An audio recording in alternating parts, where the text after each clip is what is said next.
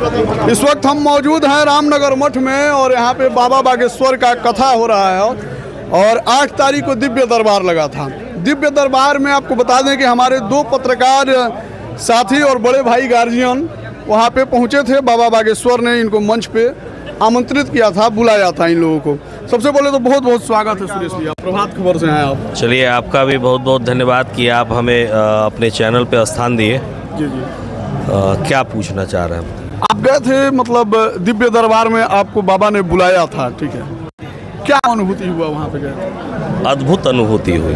अद्भुत अनुभूति इसलिए कहें कि जब हम लोग गए वहाँ पे तो पहले तो विश्वास ही नहीं हुआ कि हमें बुलाए, और उसके बाद हम लोग वहाँ पहुँचे, वहाँ गए तो नीचे उन्होंने पहला सवाल यही किया कि आप खुली आंखों से जो देख रहे हो, आपको उस पर भरोसा है कि नहीं, क्या आप इसको विश्वास कर रहे हो या नहीं। तो सत्यम जी ने जवाब दिया कि पहले विश्वास नहीं हो रहा था, लेकिन देख रहे हैं तो विश्वास हो रहा है।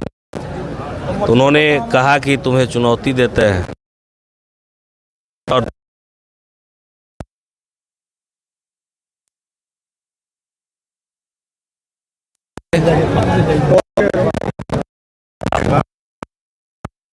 लिख दिया ताकि नीचे ये पर्ची तभी खुलेगी जब लाखों की भीड़ में से आप 2 लोगों को बुला करो, लेकिन वो दोनों परिचित नहीं होने चाहिए, अपरिचित होने चाहिए। अच्छा। फिर हम लोग गए भीड़ में ढूंढने, और जब ढूंढने गए तो आप देख ही रहे होंगे कि लगातार किस तरह से वो बार बार कह रहे थे कि दोनों पत्रकार कहाँ गए, भाग गए, कहाँ गए।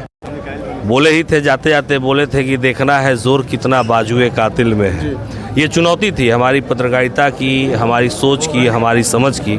हम लोगों ने चुनौती स्वीकार किया। हमें भी देखना था कि बाबा जो कर रहे हैं वो क्या है, आंखों का धोखा है या सच में कुछ ऐसा है जो अद्भुत है। तो सुरेश भैया, आप मतलब लगभग 30-32 वर्षों का आपका पत्रकारिता है और काफ़ी पुराना मतलब अनुभव है आपके पास, और प्रभात खबर में अभी आप कार्यरत हैं। इतने दिन के पत्रकारिता के करियर में कभी ऐसा चुनौती आपको मिला था, कभी ऐसा लगा था कि ऐसा होता है? नहीं, कभी नहीं, कि ये पहली बार। और उस शख्स ने चुनौती दिया जिसके लिए, जिसकी एक झलक के लिए लोग दीवाने।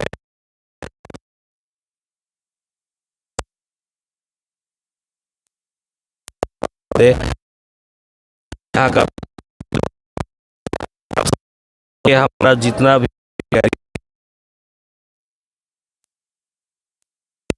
उस दिव्य व्यक्ति को देखने के बाद से, यानी कि बाबा बागेश्वर को देखने के बाद से उनको मतलब आपने पैर भी स्पर्श किया, ठीक है, तो पैर स्पर्श करने के बाद से आपको क्या लगा, मतलब कि आम इंसान में और बाबा बागेश्वर में क्या अंतर है? बहुत अंतर है, कुछ दिव्य है उस आदमी के अंदर।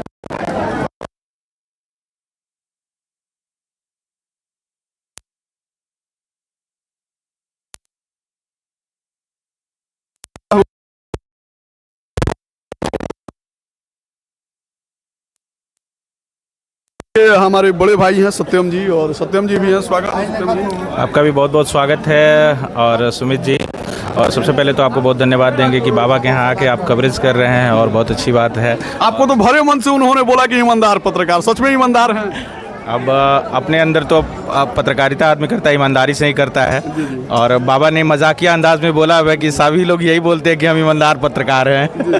बाबा का मजाकिया अंदाज भी बहुत अच्छा, निराला एकदम। हम लोग पहले उनको देखते थे, उनको सुनते थे, लेकिन देख के उस तरह से विश्वास नहीं होता था, क्योंकि हम पत्रकार हैं और हमारा सत्यता जांच करना सबसे बड़ी प्रथम कर्तव्य बनता है।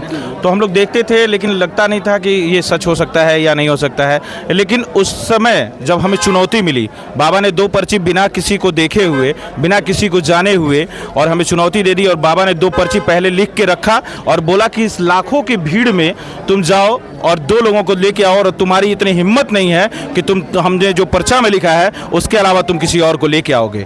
और यही सत्य हुआ। हम जिसको भी लेके आए, 2 लोगों को, बाबा ने जितना चीज़ लिखा था वही चीज़ उनके साथ हुआ था और वही होने वाला था। एक जो बूढ़े बाबा को थे, उनको हम लोग लेके आए, तो बूढ़े बाबा से जब पूछा गया, बाबा ने पूछा कि आपको क्या कष्ट है, तो उन्होंने बताया कि हमारे 5 साल से हमारा जो लड़का है वो गायब है।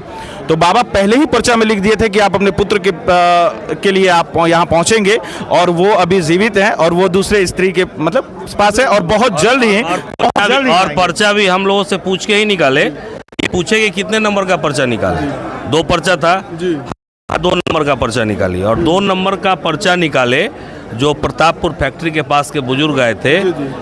उनका बेटा गायब था, जैसा सत्यम जी बता रहे थे, उनका बेटा गायब था। और संजोग देखिए कि उस पर्ची पे जो उनके मन में सवाल था, जो वो 2 उनको नंबर का ही पूछना पर्चा था, कैसे निकलेगा? ये आप खुद सोचिए ना कि जो बाबा बोल रहे हैं और वो हमसे पूछ रहे हैं कि कितना नंबर का पर्चा खोलें, तो 1 नंबर का भी हम बोल सकते थे।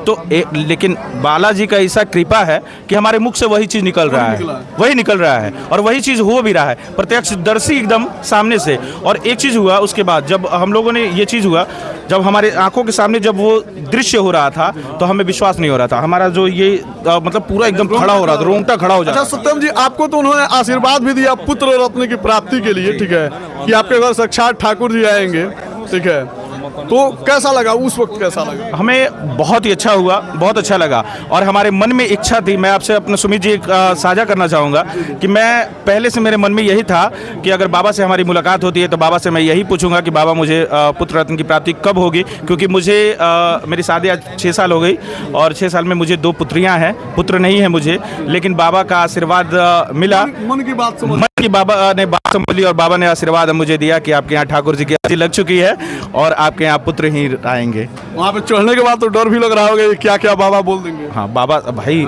जिनके सामने आप सोचिए, देश विदेश सभी जगहों से लोग उनसे चरण स्पर्श के लिए आते हैं, जिनसे मिलने के लिए लोग ललायित रहते हैं।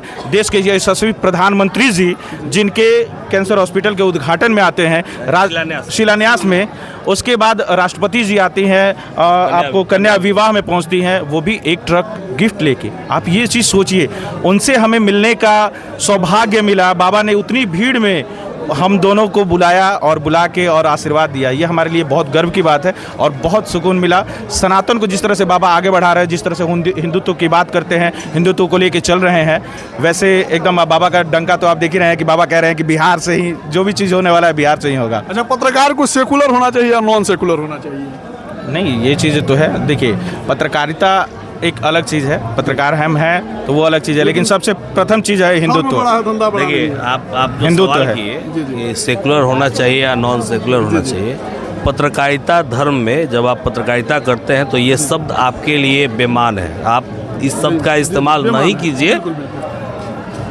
आप सत्य के साथ रहिए, निर्भीक रहिए, निडर रहिए, और उसके बाद जो है आप किसी के नहीं हैं, आप न्यूट्रल पर्सन हैं। न्यूट्रल है। आप जितने कांग्रेस के हैं उतने बीजेपी के भी हैं, जितने आरजेडी के हैं उतने जेडीयू के भी हैं। तो ये सवाल सेकुलर वाली बात तो पत्रकारिता में आती ही नहीं है। अच्छा सुरेश भैया, आपसे एक और क्वेश्चन हम करेंगे, ठीक है। जब आप वहाँ पे मंच पे जब बाबा आपको आशीर्वाद दे रहे थे तो बोले बढ़िया बढ़िया छापियो, हाँ तो उस वक्त क्या लगा आपको? हमें तो बड़ा गर्व हुआ कि भाई कम से कम प्रभात खबर जिसमें हम काम करते हैं, मंच से उसका नाम भी लिए कि प्रभात खबर ना, आप सुने ही होंगे। बिल्कुल बिल्कुल। और हम लोग जितनी मेहनत हो सकती है या जितनी करते हैं उतना कर भी रहे हैं। कल मिलने गए तो बाबा की तरफ से डिमांड हुआ कि अखबारों में जो खबरें छपी है अखबार हमें चाहिए। तो आज सुबह प्रभात खबर उनके पास पहुंच भी गया है, आज भिजवा भी दिया गया है। तो ये उनका स्नेह, उनका प्रेम था जो संजोग से हम दोनों पर बरस गया।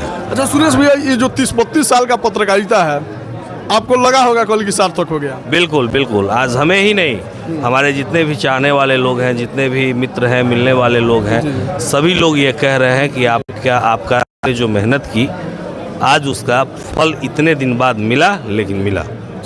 6 से 8 साल की पत्रकारिता हमारे मित्र बड़े भाई सत्यम जी की भी है, आपको लगा होगा?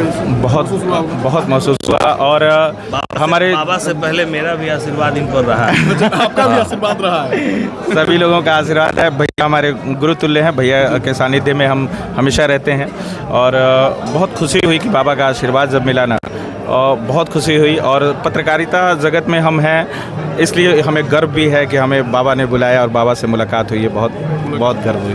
बहुत बहुत धन्यवाद आप दोनों पत्रकार।